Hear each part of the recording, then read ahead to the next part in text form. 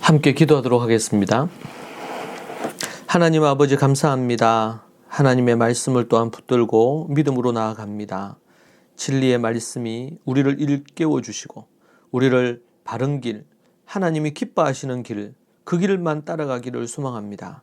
십자가의 길을 따라가고 그리고 주님이 원하시는 그런 믿음의 종말의 길을 살기를 소망합니다.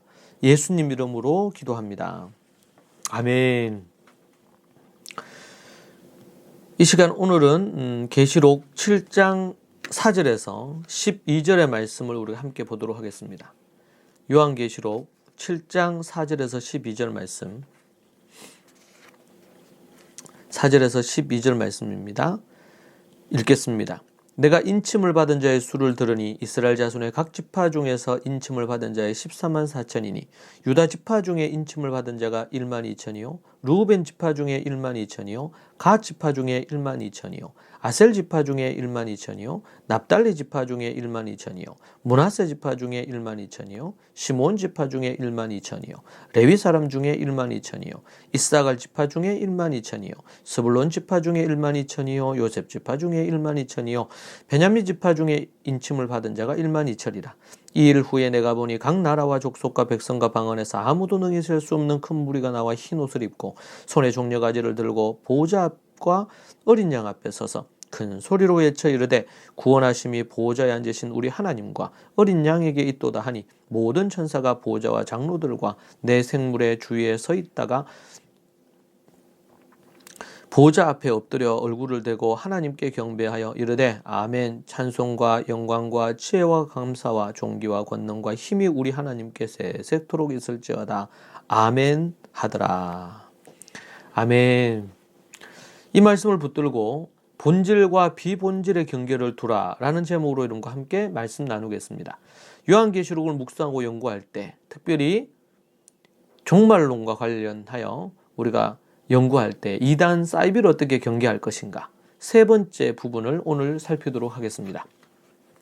계시록 해석의 경계를 두라라는 부분이 세 번째 부분입니다. 세 번째 중요한 부분, 계시록 해석의 경계를 두라.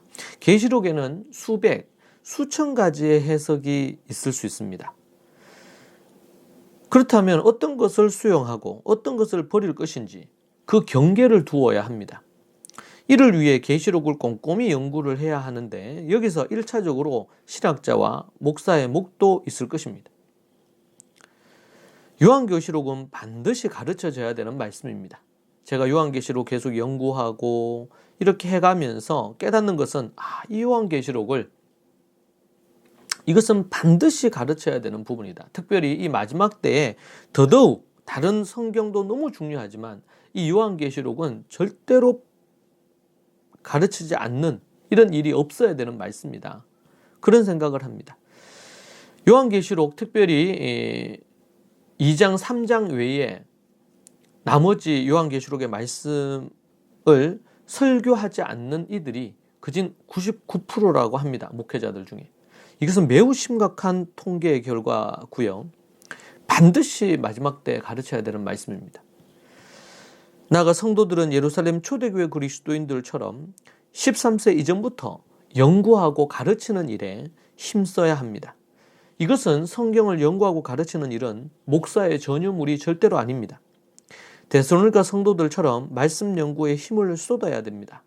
전 세계 교회의 가장 큰 문제점은 성도들이 성경을 공부하지 않을 뿐만 아니라 교회가 더 이상 성도들이 성경을 공부하지 않아도 아무런 문제로 여기지 않는다는 것입니다. 문제시하지 않는다는 것이 더 큰 문제죠. 심지어 성도들이 성경을 연구하기 시작하고 그러면은 말들이 많아진다고 의도적으로 목사가 가르치는 설교 정도에 머물도록 요구하는 이런 교회도 있다는 얘기를 들을 때 너무나 그것은 반기독교적인 악한 짓입니다. 그러다 보니까 성경을 연구하지 않다 보니까 또 주는 부분들 정도만 받아 먹다 보니까 성경을 제대로 알지 못하고 성경에 교회가 얘기하시는 하나님이 교회를 통해 말씀하시려고 하는 갖가지의 기본적인 것들을 알지 못하는 이런 문맹자들, 하나님의 말씀의 문맹자들이 너무 많다는 거예요. 여러분, 글을 읽는다고 그들이 문명에서 벗어난 것이 아닙니다. 읽고 그것을 이해하고 성령의 가르침을 받아서 진리를 깨달아 알아야 됩니다. 계시록과 관련된 여러 해석이 있지만 하나님의 목적과 의도를 따라 공통적으로 받아들여지는 해석들이 있습니다. 그건 한정적입니다. 이걸 다르게 표현하면 본질적인 것이죠. 본질적인 것이 있습니다. 이것은 결코 양보할 수 없는 계시록의 진리입니다.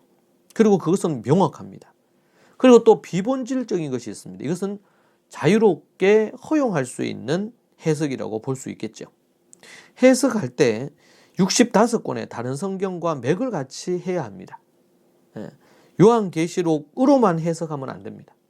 65권의 다른 성경과 맥을 같이 해야 되고 다른 성경의 해석과 다르지 않는지 계시록 기록 목적에 충실히 해석하였는지 점검해야 되는 것이죠. 이런 점검을 통해 계시록이 쉽고 안전하게 이해될 수 있습니다. 그러니까 본질적인 부분에 있어서는 이것은 양보할 수 없는 거예요. 명확한 거예요.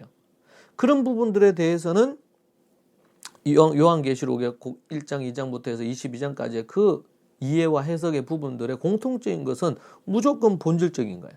이것은 양보할 수 없어요. 이건 하나님의 뜻입니다. 그러나 그러한 부분들 외에 비본질적인 요소들이 있어요. 성경이 명확하게 말하지 않는 부분도 있어요. 다니엘서와 성경 여러 부분에서 요한계시록에 그것을 가져왔지만 그러나 그러한 부분을 다 살폈는데도 이게 명확하지 않아. 잘 모르겠어요. 이런 부분들이 있단 말이에요. 이건 비본질적인 것으로 하나님께서 두신 것입니다. 나름대로 우리가 해석을 하지만 그것을 지나치게 왜곡되게 해석하는 것을 하나님은 원하지 않습니다. 앞서 언급한 세 가지를 유념하고 요한계시록을 묵상하고 연구하면서 쉽게 이단이나 사이비의 집단에 넘어가지 않을 것입니다. 앞에 세 가지만 가지고도 넘어가지 않아요. 오늘 우리가 보는 세 번째 부분, 앞부분, 앞에 있는 부분들. 앞에 있는 부분들을 다시 한번 우리가 확인해 보면요. 첫 번째가 뭐였습니까? 첫 번째가 날과 시, 장소를 말하면서 그 장소에 그때와 그 시에 예수님이 재림한다. 이렇게 얘기하는 것입니다. 그것은 아무도 모른다 그랬어요. 또 두 번째는요. 666, 이 짐승의 표죠. 그게 바코드나 베리칩, 그리고 또 단일 정보나 이유 같은 이런 용어를 반복해서 사용하면서 단정적으로 이야기할 때 그것은 이단일 가능성이 매우 높습니다. 세 번째는요. 계시록 해석의 경계를 두고 본질과 비본질을 잘 구분하라는 것입니다. 이러한 부분들만 구분해도 우리는 이단을 명확하게 구분해낼 수 있고 요한계시록을 잘못되게 해석하지 않을 가능성이 매우 높아집니다. 그러지 않다 보니까 쉽게 이단이나 사이비 집단에 넘어가고 그래서 수천 명의 목사들이 이단에 넘어가 있다고 합니다. 막연한 공포로 자신이 주장하는 것과 다르다고 공격적으로 변해버려서는 안 됩니다.